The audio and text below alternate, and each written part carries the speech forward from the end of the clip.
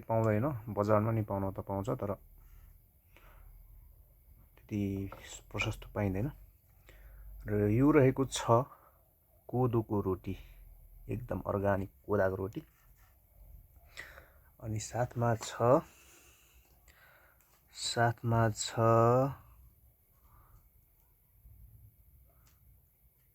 टमाटरको चटनी छ, मजाले बनाएको छु साथमा। त्यसपछि धनिया नि काटेर राखेको छु, यसरी हाल्ने, ट्याक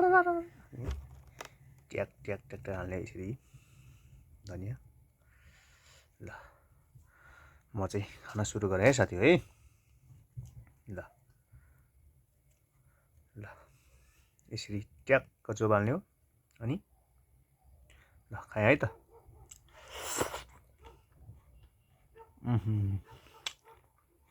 साथमा धनिया, लसुन, खोर्सानी हो,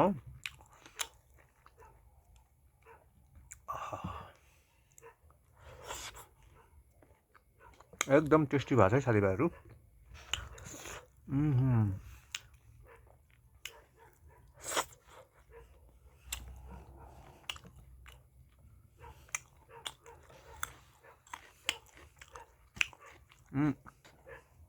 यसरी चाहिँ तपाईँहरू रोटी, चटनी, कोदा रोटी खानुभएको छैन हौ।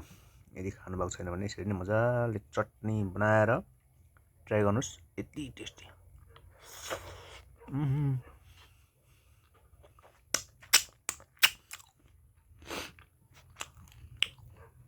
कम मिठो,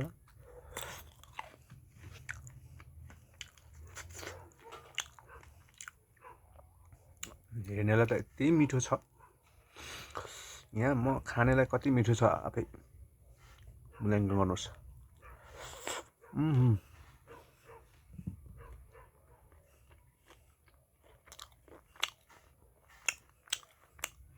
डढेको खोर्सानी,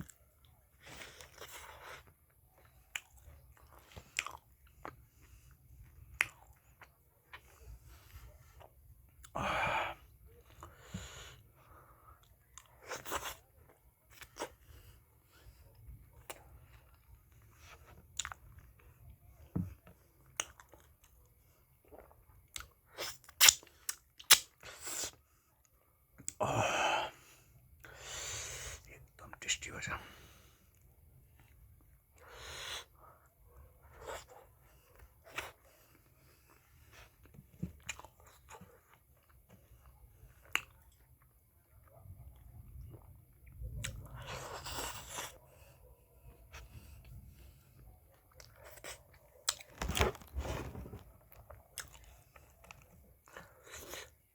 धनिया त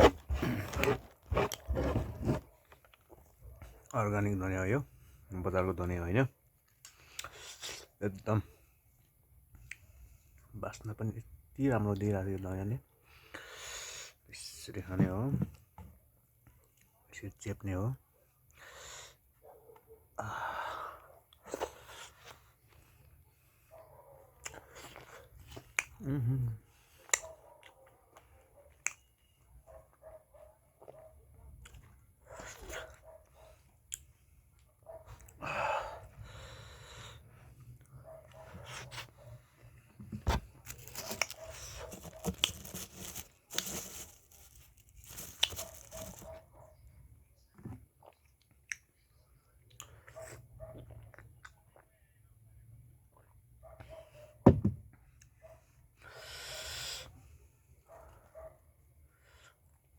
गाउँघरमा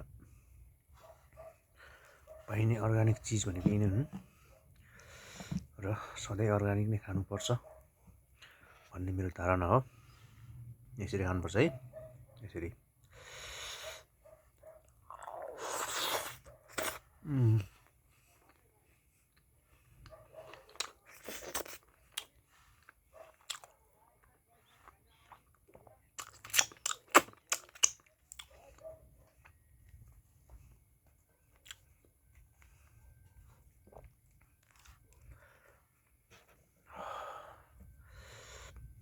यसरी हेर्नु त टमाटरको अचार।